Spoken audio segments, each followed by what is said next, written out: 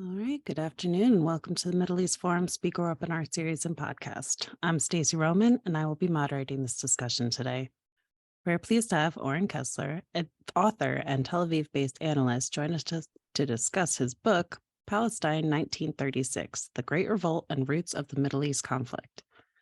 Mr. Kessler will speak for 15 minutes and open it up for questions. Should you wish to ask a question, please use the Q&A box located at the bottom of your screen to type your question. And with that, I'll turn the discussion over to Mr. Oren Kessler. Well, thank you very much. Thank you to the Middle East Forum for having me. It's great to be with you tonight. Tonight out here in Tel Aviv anyway. I've got limited time, so I'm going to get right into it. I've been told I've got about 15-20 minutes, so that makes this one of the shortest talks I've yet given on this book. So I've got a lot I want to tell you guys about, so let's get started. I just want to really cover a few key themes and key events of this book.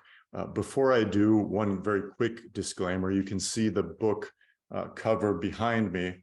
If my publisher had given me a little more room over there, the title may have been Palestine 1936 to 39, because this is a book whose core is really about 3 years of a very crucial period in the history of Palestine, the land of Israel, a very crucial period in the what would become known as the Arab-Israeli conflict, and a very crucial period just in world history. This is, of course, the cusp of the Second World War. So I just want you to bear that in mind as I go forward, that this is the period we're talking about, 36 to 39. Now, this is the very first general interest book in English on this period and on this chapter in the history of this land, namely the Arab Revolt and everything that emanated from it. This is a story that has 3 sides: Arab, Jewish, and British. Of course, this is British Mandate Palestine, and the British are administering the country. Now, this revolt was Arab, of course, but I believe and I argue that this is as much a Jewish story and a Zionist story as an Arab story. There were 500 Jews killed in this revolt. These are really massive numbers. These are numbers we wouldn't see until the Second Intifada. But even beyond that, I argue that the Jewish counter-revolt is a kind of forgotten, extremely formative chapter in the story of how most of Mandate Palestine became the State of Israel.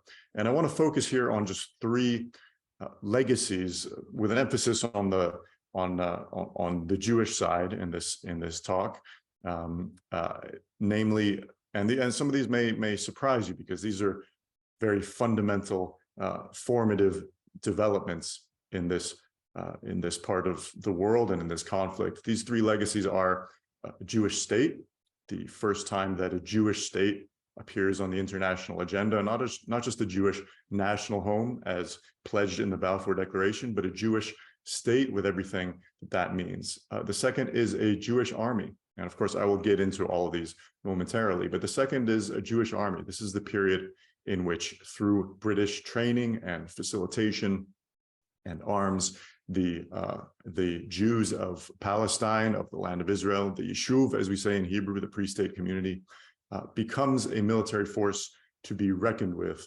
for the very first time. And then the third legacy is that right on the eve of the Holocaust, this is the event that causes Britain to close the gates of what is really the only major sanctuary left in the world to the persecuted Jews of Europe, and thereby dooms untold numbers of them to their deaths in Europe. Now, if I had more time, I would get into a bit more of the backstory and a bit more of the historical table setting pre-1936. We could talk about the initial waves of Zionist immigration in the late 19th century. We could talk about the Balfour Declaration in 1917, but I think probably many of your viewers, or many of you out there watching me right now, probably have a pretty good handle on all of that already. I will say that I've lost track of how many times when I start talking about this book, people say, oh, you mean Hebron, you mean the Hebron massacre.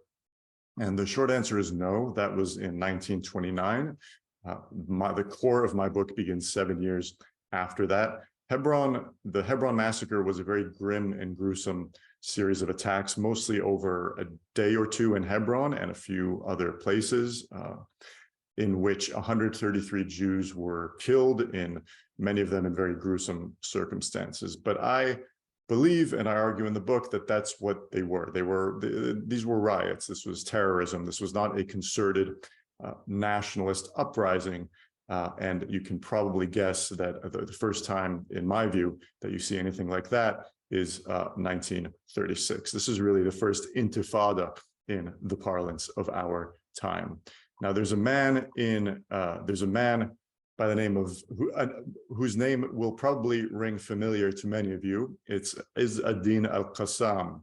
He is a preacher, originally from Syria. He's a jihadi preacher, and in the early 1920s, he comes down to Palestine, to Haifa, and he's preaching jihad in the Istiklal Mosque of Haifa. It's still an active mosque. You can still go visit today, but he's preaching jihad to the urban Muslim poor of Haifa. And in the mid-1930s, his followers start waging some sporadic attacks against Jewish targets, against British targets, and they kill a Jewish member of the Palestine police. And now Qassam is a wanted man. And long story short, a manhunt ensues, and he is killed in the forest of what is now the northern West Bank. And he basically becomes the first sort of martyr icon in the Palestinian Arab pantheon. And David Ben-Gurion, who even at this time is the sort of undisputed leader of the Jews of Palestine, Ben-Gurion recognizes the importance and the significance of this moment immediately. And I've read his diaries at length, and he writes, finally, the Arabs have found someone who's willing to die for an ideal. And he predicts there will be dozens, hundreds, or thousands just like him. Fast forward a few months to spring 1936, and a few of Qassam's acolytes ambush a Jewish car, again, in the northern West Bank near Nablus, Tulkarm area. It rather sounds like something that could have been ripped from the headlines today. And they kill 2 Jews on the roads. And these are typically viewed as the opening shots of the Arab Revolt. And this initial violence is very soon matched by political demands. I'm going to state another name that will be known to many of you. It's Hajj Amin al-Husseini. He was the Grand Mufti of Jerusalem and the head of the Supreme Muslim Council. And he is really the unquestioned leader of Palestine's Arabs and the spiritual leader of its Muslims. And Hajj Amin kind of rushes to lay claim to this revolt, to assert his control over this revolt that began fairly spontaneously. And he makes 3 demands. He says basically that, a general strike is called in the Arab community, initially in Nablus and then spreads elsewhere. And basically Arab leaders say that they will have no contact with the British economy or with the Jewish economy until 3 demands are met. And these demands are made very clear by Hajj Amin. Number 1, a complete stoppage on Jewish immigration to the country. Number 2, a complete ban on land sales, because very many wealthy land-owning Arabs were selling land at highly inflated prices to the Jews, even as they railed against the practice in public. And then the third demand was the creation of a legislative assembly that would reflect the demographics of the country, which are still about 2/3 Arab. I should make clear here that in this period of the first half of the 1930s, the Jewish population of this land doubles. This is due to the rise of Hitler in January 1933. This is due to the rise of various anti-Semitic movements across Europe in places like Poland, Hungary, Romania. And so between 1931 and 1935, the Jewish population of this land doubles, and it's nearly 30% of the country. And it's very clear to Arabs, not just the educated intelligentsia, but it's very clear even to simple subsistence farmers in this land that if things continue this way, the Jews will be a majority before long. So Haj Amin makes these three demands, and the strike begins, and it lasts 6 months. And this is really a source of tremendous pride to the Arabs of Palestine. Even today, this is one of the longest general strikes anywhere in history. And even more important, it bears fruit, because the British send the famous Peel Commission to this country, to this land, the Royal Commission, to examine grievances. And this leads us to our first legacy of this, first major legacy of this revolt, because the Peel Commission puts together a 400-page report, which if anyone has the entire month of June free, I strongly recommend they read, because it's a very good read. It's certainly the most readable of any of the many reports that the British compiled while they were here, but it's known to history mainly for the last 10 or 12 pages of it, in which this commission recommends partition. It recommends the first two-state solution, as it were, between the river and the sea, one including a Jewish state. And this is the first time that a Jewish state, as I mentioned, appears on the international agenda in any real way. This is the first two-state solution appearing on the international agenda in any real way. And it's really the ideological template for every subsequent partition plan, from the UN's exactly 10 years later in 1947 to the various iterations we've known much closer to our time.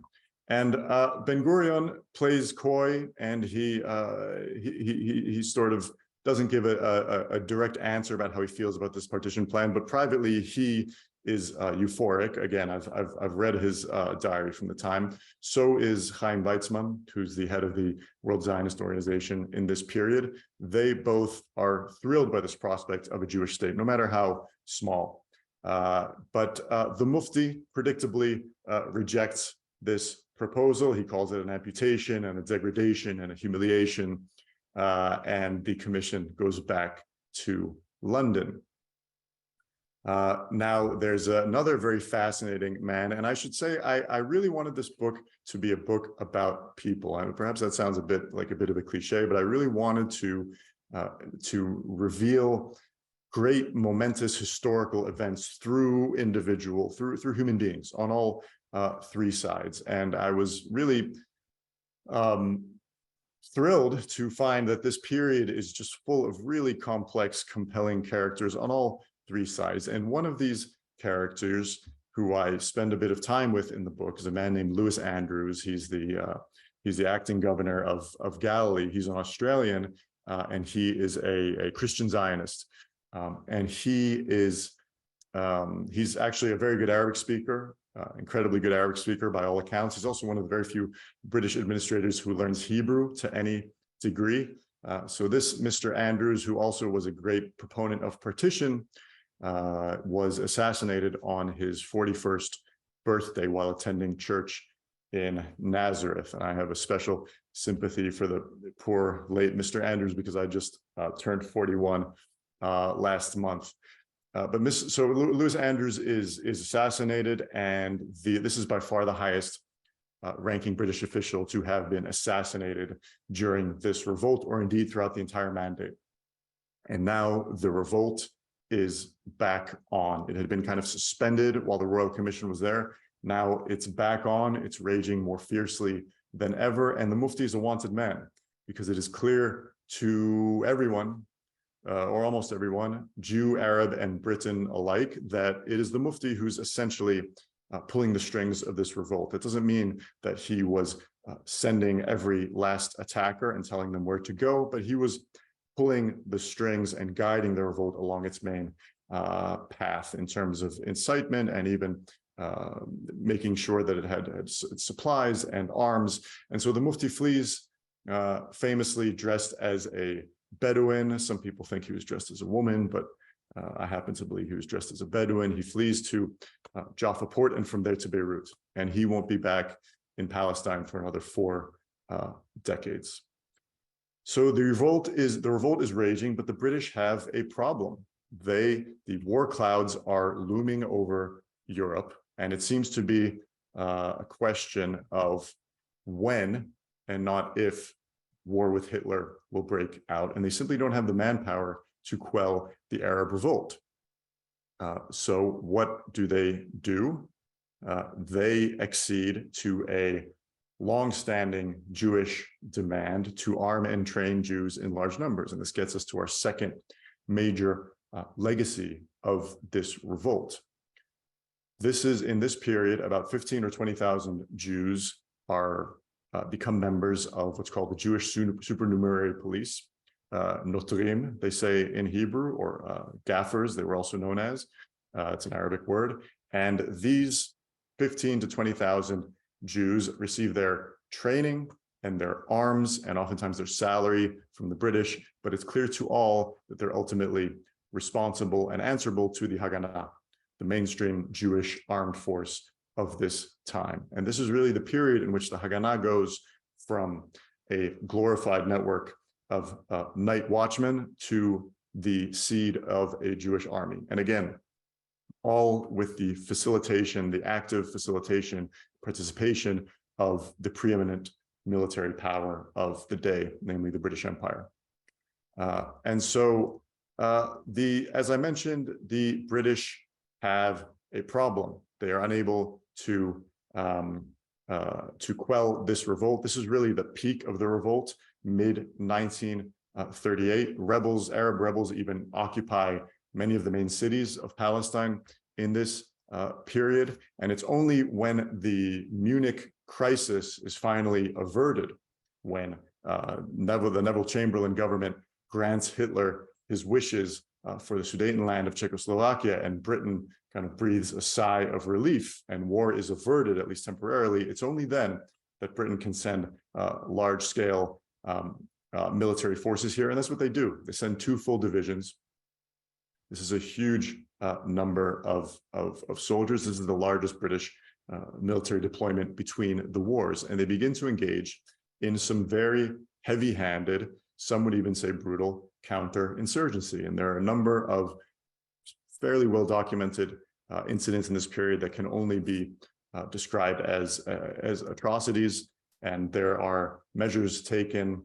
Home demolitions are used in wide numbers in this period. There's a security barrier constructed on the border with Lebanon. There's a clear parallel there with the West Bank security barrier of today.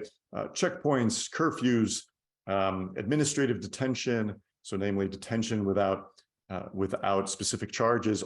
Many of the most controversial methods that the IDF uses today have their roots, both in terms of the methods themselves and even the legal basis thereof in this period. So I see that my time is starting to ebb away. So I will try to close this up fairly quickly. But I should also mention that in addition to this very heavy-handed British counterinsurgency, Arab infighting also had a tremendous effect in finally bringing this revolt to putting it on the ropes and finally wrestling it to the ground. And much of this infighting was directed by Haji Amin in his Beirut exile, but not all of it by any means. And there was the initial unity of the Arab community behind Haj Amin really devolved and dissolved in the second half of this revolt. And there was just a convulsion of score settling between rival families and between those who deemed themselves true patriots and those who were considered collaborators, real or perceived. And so really the revolt is finally on the ropes in late 1938, early 1939.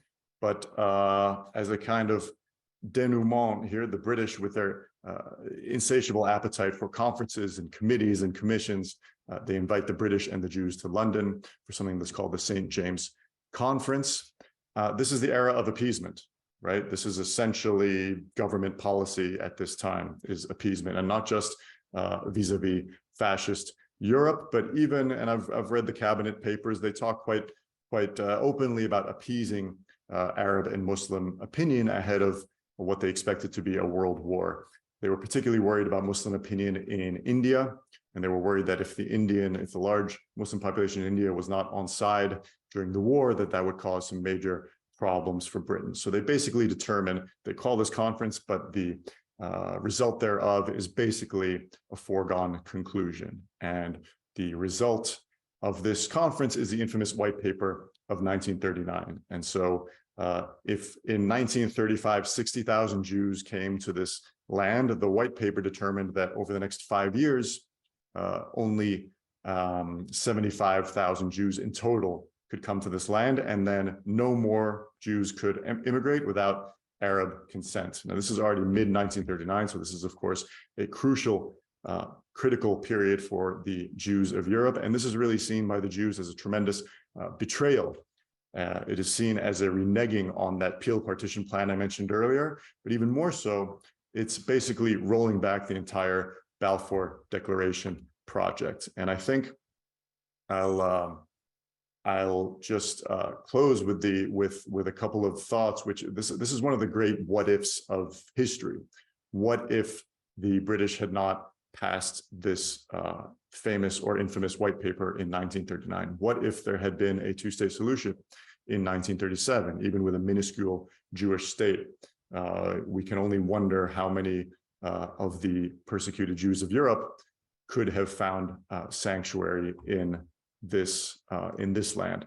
But one just final thought that I want to leave you with is that Ben-Gurion was really an expert in turning adversity to advantage. And despite the tremendous toll in blood that this revolt inflicted on the Jews, they made massive military gains, which I already mentioned, massive economic gains. This is the period in which Tel Aviv port opens, for example, because the Arab port in Jaffa had been closed. So tremendous economic, industrial, agricultural gains, demographic gains, even settlement. There's not a single Jewish settlement that's abandoned during this revolt, but several dozen spring up around the country. So really the Jews have formed the kernel of their state to be in 1939. As the revolt is brought to an end and the World War begins, the Jews have that kernel and springboard of a state. And on the Arab side, it's really the mirror image. The revolt to crush Zionism has really crushed the Arabs themselves. There are at least 5,000, perhaps even 8,000 Arabs killed, huge numbers of homes destroyed, huge tens of thousands of Arabs have fled the country. The leadership is in exile. There's a huge amount of bad blood within the Arab community. Weapons have been confiscated, huge numbers of men in jail. So the entire social fabric is just torn. And so kind of what I argue in the book is that the final showdown between Jews and Arabs, that at least the civil war aspect of the 1948 war was really won by one side and lost by the other, really nearly 10 years in advance. So and I think I'll stop there before I'm told that I've run far too long. I hope I've given you guys some food for thought, and I'm happy to take your questions. Absolutely. Thank you so much. We have quite a few great questions coming in. Daniel Pipes asks, thank you for your excellent presentation. Can you please tell us about the role of Muslim immigration to Palestine in the events of the 1930s? Yeah, absolutely. Absolutely. So it's hard to find precise numbers on Arab or Muslim immigration into Palestine during the mandate, but it was certainly there are extremely precise numbers on Jewish immigration because the Jewish authorities kept those numbers, and of course the British authorities did as well. For Arab immigration, it's much more difficult to get a precise number. We know that there was, at the very least, there were seasonal migrants. Particularly, there are Arabs from the Hauran region of Syria, for example, who would come in as seasonal workers. A certain number of them presumably did not leave. So it was a phenomenon of Arab immigration. There were opportunities created here by the Zionist enterprise that simply didn't exist anywhere else in the Middle East, and that was a magnet for economic migrants from around the region. But again, I haven't come across clear numbers. I've only come across sort of very, very wide estimates, but it was a phenomenon indeed. Thank you so much. Steve Gurzov, MD, asks, why did the British pick Haj Amin Hassani to be the Mufti when there were already four other Muftis? And Randy Sable follows up, what were they thinking? It's an excellent question. I'm glad that you're asking me this. There's actually something I found which didn't make it into the book because I'd already sent the manuscript in, but some of the most fascinating documents that I found in my research were the secret testimonies from the Peel Commission from 1937. These were meant to be destroyed and burned. These were not meant to see the light of day, but the British put them in the archives and kept them classified for 80 years. They were very quietly declassified in 2017.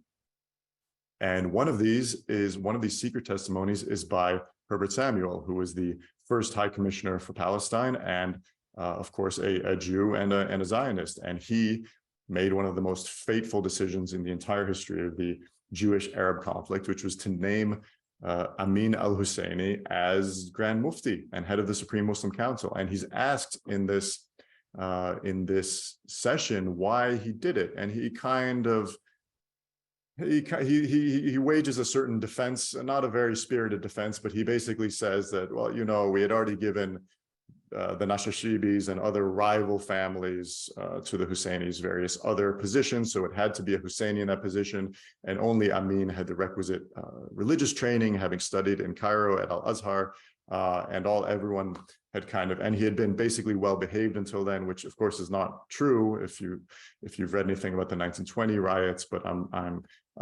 digressing here. But it's really fascinating. I wrote about it.